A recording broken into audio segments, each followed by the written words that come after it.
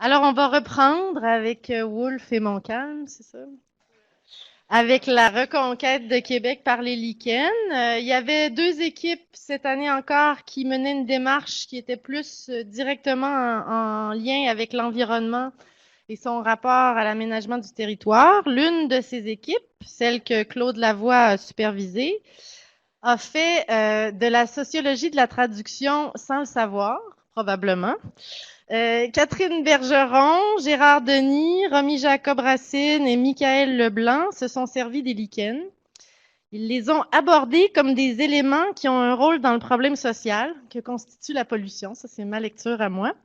Et plus justement, ils se sont servis des lichens pour évaluer ce problème qui est la pollution atmosphérique. Donc, vous commencez à voir un peu comment ça fonctionne. Vous avez 15 minutes, puis après 13, je vous fais signe.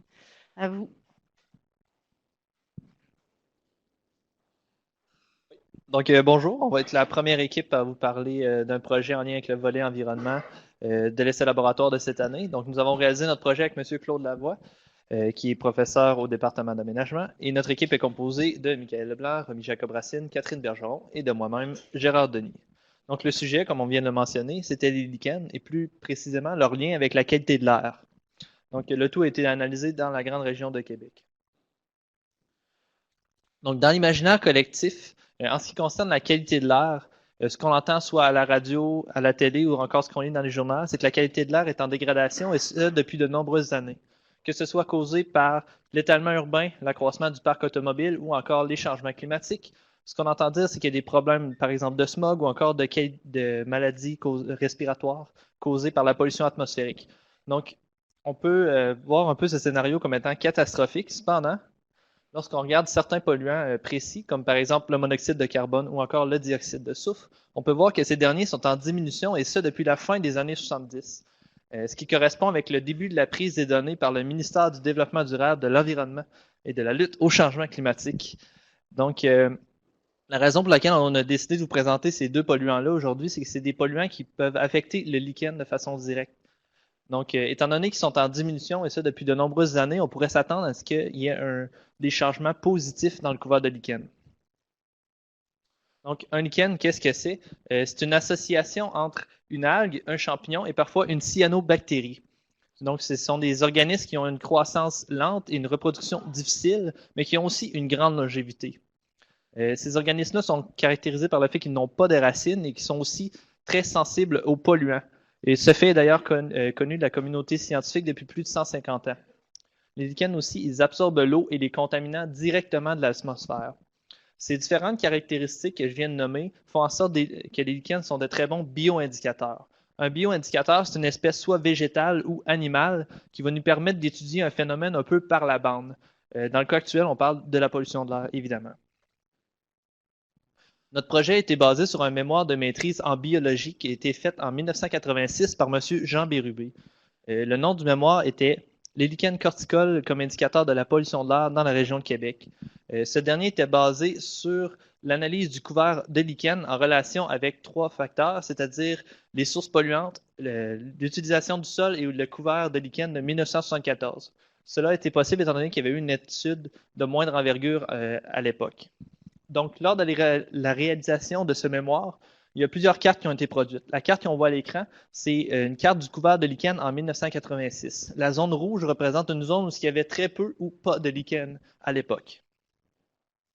Donc, il y avait deux objectifs principaux à notre travail. Le premier était de refaire l'étude de 1986 afin de procéder à une analyse spatio-temporelle du couvert de lichen dans la région de Québec. Et la deuxième était de vérifier s'il existe des corrélations entre une ou plusieurs espèces de lichen et certaines variables environnementales.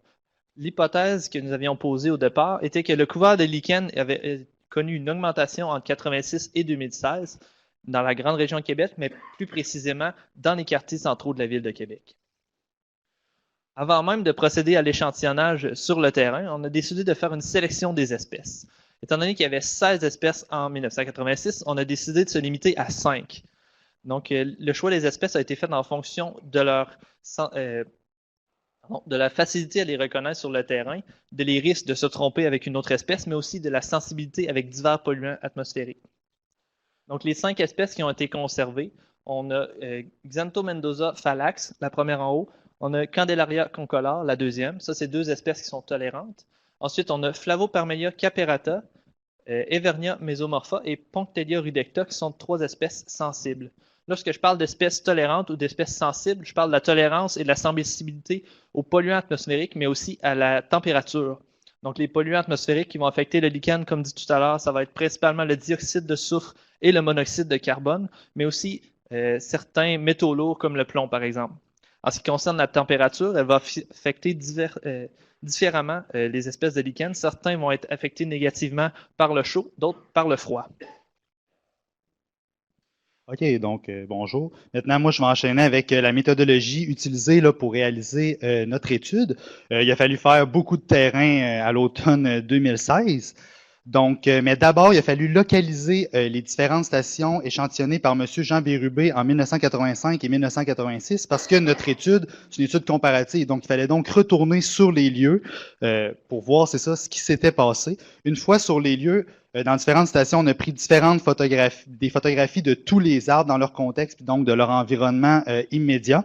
Ensuite de ça, là, on a pris plusieurs autres mesures, comme par exemple là, la mesure du diamètre à hauteur de poitrine. Ça, c'est le DHP, c'est l'image que vous pouvez voir là, à droite. C'est simplement un ruban qu'on prenait, on faisait le tour de l'arbre et on mesurait le tour et ensuite de ça, on le notait.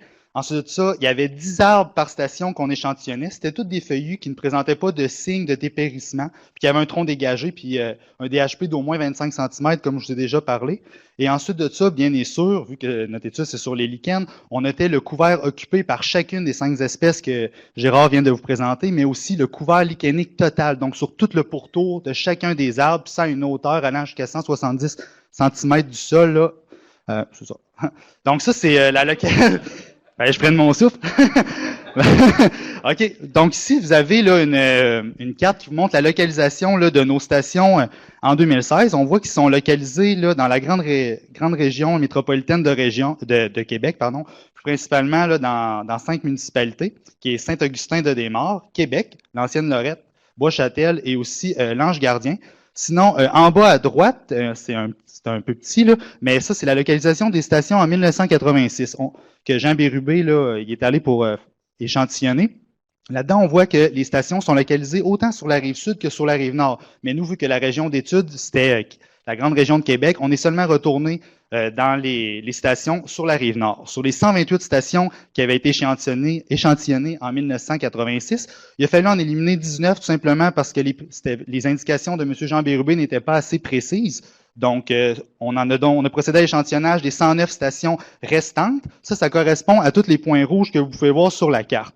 En plus de tout ça, on a ajouté 8 stations additionnelles. Puis ça, c'était vraiment pour venir combler une absence de données là, dans 2 parcs industriels situés au cœur de notre territoire à l'étude. Puis c'est ça. Ça nous a permis vraiment de faire une cartographie la plus précise possible que je vais vous présenter là, bientôt. Puis au grand total, avec tout ça, on a échantillonné rien de moins que 1189 arbres. Donc, voici, suite à la récolte de nos données en 2016, à l'aide des données brutes de 1986, puis suite à plusieurs manipulations cartographiques, on a abouti à ce que vous pouvez voir sur l'écran.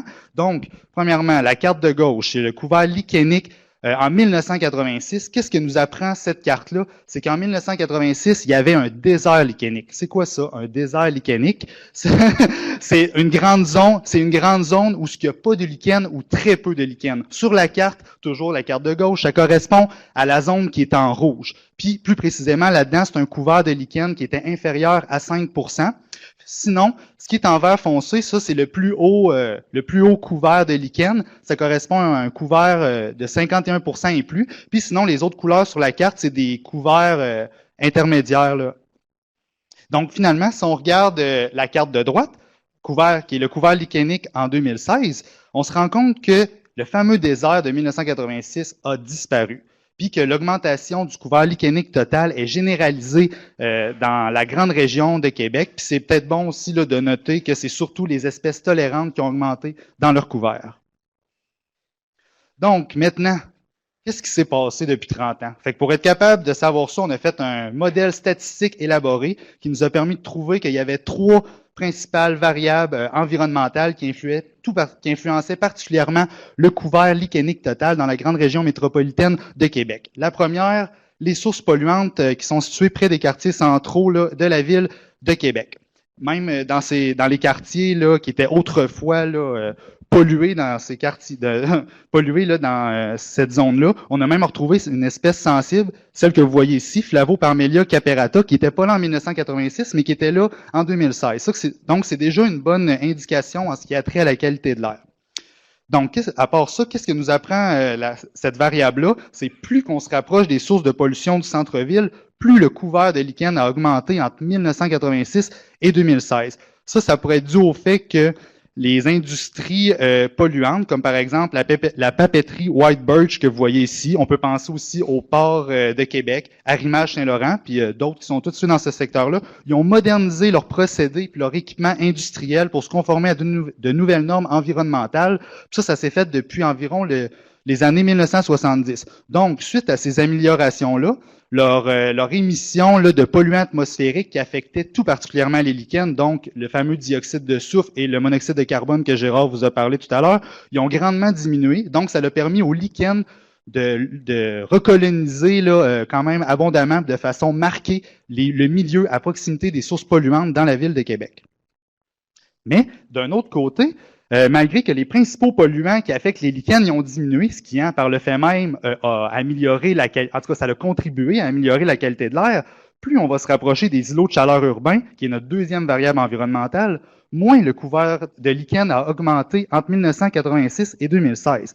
Donc ça, qu'est-ce que ça signifie? C'est que ça se pourrait que, suite à la diminution là, des polluants atmosphériques, les îlots de chaleur urbains, ça serait devenu maintenant le facteur limitant à la croissance des lichens, surtout quand on pense que les conditions à l'intérieur des îlots de chaleur urbains sont loin d'être optimales pour le développement des lichens, comme par exemple, tantôt je vous ai présenté l'espèce Flavoparmelia caperata, qui était en santé. Là, ici, ça va un petit peu moins bien, là, fait qu'elle est un peu rabougrie puis tous desséchés, fait qu'on peut voir l'impact un peu là, des îlots de chaleur. Et finalement, notre troisième variable environnementale, le diamètre des arbres. Donc, c'est assez simple. Plus que les arbres vont avoir un fort diamètre, donc plus qu'ils sont gros, plus leur couvert en lichen y est élevé. Donc, les arbres avec un plus gros diamètre sont évidemment plus vieux, pardon. Donc, ils ont plus de chances d'être colonisés par les lichens là, avec le temps. Donc là, cette variable-là, ce qui arrive, c'est que là, comme je vous ai dit, avec les deux autres variables précédentes, c'est que le couvert de lichen, il est influencé par la qualité de l'air, il est influencé aussi par le microclimat qui est présent à l'intérieur des îlots de chaleur urbains. Puis là, en plus, avec cette variable-là, on apprend que la taille des arbres, elle aurait un impact. Fait que là, c'est tout à fait légitime de se demander la qualité de l'air, finalement, là, c'est-tu vraiment amélioré ou c'est vraiment dû au fait que les arbres sont plus gros dans la ville de Québec? Ça, c'est qu'on ne connaît pas la portée exacte de chacune de ces variables-là. Donc, faut toujours se garder une certaine prudence dans notre interprétation, puis toujours se rappeler qu'on essaie d'inférer la qualité de l'air à partir du couvert lichénique total. Oui, donc on a parlé que le couvert lichénique total était en augmentation. Il y a d'ailleurs 80% de nos stations qui ont connu une augmentation en 30 ans, mais il y a aussi 15% des stations qui ont eu une diminution, donc les stations qui sont en rouge, et 5% des stations où la situation n'a pas changé. Donc, ce qu'on peut remarquer lorsqu'on analyse la localisation des points rouges et blancs, c'est qu'il y a une certaine couronne de banlieue qui se dessine. La cause la plus probable de la présence et de la forme de cette couronne serait l'étalement urbain. Pourquoi l'étalement urbain? En fait, c'est que lorsqu'on va étendre les quartiers centraux en périphérie, on va détruire des milieux naturels, on va perturber les milieux hydriques, on va engendrer de la pollution et on va favoriser la création d'îlots de chaleur. Donc, c'est des critères qui sont évidemment qui rendent difficile la croissance du lichen. Oui. Donc, en conclusion, le désert lichénique était présent en 1986 et disparu en 2016. Il y a aussi 3 facteurs qui vont influencer le couvert de lichen. Donc, comme on a dit, les sources polluantes, les îlots de chaleur et le diamètre des arbres. Et il y a une certaine couronne qui est présente, qui est possiblement, fort probablement, attribuable à l'étalement urbain. On terminerait avec ce qu'on pourrait dire notre contribution scientifique. C'est le fait que le lichen pourrait être utilisé comme outil par les aménagistes au Québec. En effet, en appliquant notre méthodologie, il serait possible d'apercevoir si, par exemple, les politiques anti-pollution ont des effets positifs réels sur le terrain. Donc, c'est d'autant plus intéressant que notre méthode peut être appliquée et avoir des résultats de façon très rapide et aussi en nécessitant peu de ressources à la fois monétaires et de ressources humaines. Donc, ça conclut notre présentation. Merci.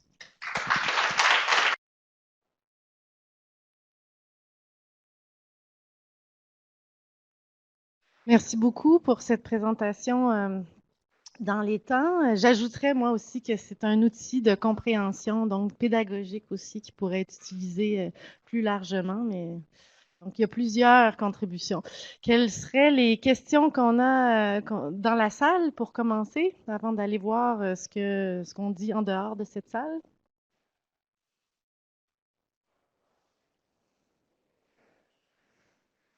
Antoine Verville.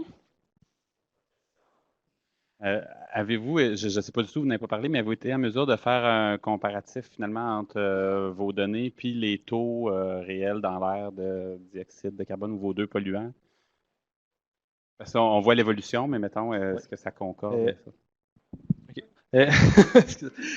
En fait, les données qu'on a, c'est des données à la grandeur de la ville de Québec pour les concentrations. Donc, on ne sait pas nécessairement si ça correspond, supposons la localisation des stations, correspond à nos stations à nous. Donc, on ne peut pas faire nécessairement un parallèle.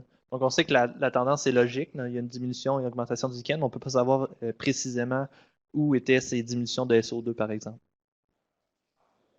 Je pense qu'il y avait juste 3 stations que le ministère avait dit là, dans toute la ville de Québec. Fait que c'est sûr que c'est pour ça que nous, notre étude aussi, au départ, on avait le choix de peut-être cibler certains quartiers en particulier, comme Limoilou, ça aurait pu être intéressant, mais justement, dû à ce biais-là, on a trouvé ça plus intéressant là, de peut-être porter là, avoir un portrait global, là, plus holistique de toute la région, puis surtout que ça nous permettait vraiment là, de faire une analyse comparative avec il y a 30 ans, ce qui n'aurait pas pu être le cas là, autrement, vu qu'il fallait vraiment répéter et employer une méthodologie aussi similaire que possible là, que celle employée en 1986. Merci. Alexandre Lebel. Merci. Dans vos analyses statistiques, avez-vous vu des différences marquées entre les différentes espèces dans les relations que vous avez pu établir? Ce qu'on a présenté aujourd'hui, c'est avec toutes les espèces confondues. Donc, pas nécessairement les 5 espèces qu'on a étudiées, mais toutes les espèces. On a essayé de regarder par espèce, mais par exemple, avec les espèces qui sont sensibles aux polluants, la distribution de nos données ne permettait pas de faire des statistiques intéressantes. Et les deux espèces qui sont plus tolérantes, on a regardé ça rapidement, mais ça serait peut-être à regarder plus en profondeur dans l'écriture d'un possible article scientifique. Bonne chance, merci. Claude, qu'est-ce que ça dit à l'extérieur? Ben, à l'extérieur, ça se questionne notamment sur ce qui a été observé dans le phénomène plutôt des banlieues. Par exemple, Félix Fortin-Lausier se demande, fait l'observation suivante, le couvert lichenique a diminué dans les secteurs Bois-Châtel et Lange-Gardien. Êtes-vous en mesure d'identifier une cause particulière associée à ce secteur donné? Tu peux peut-être revenir.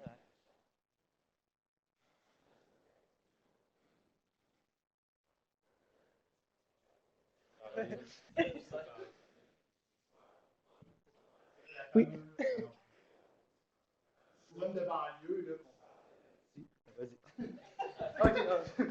Vas-y, Rami. Bon, c'est ça, c'est que nous, notre modèle qu'on a fait, là, c'est vraiment, on a visé les quartiers centraux, puis la répartition générale, on s'est pas arrêté sur le phénomène de banlieue, fait qu'on peut juste faire des hypothèses que ça peut être l'étalement urbain, mais on n'est pas allé chercher des éléments là, vraiment qui pourraient expliquer chaque point rouge, comment ça s'est apparu, puis c'est quoi dans le fond, la cause là, immédiate.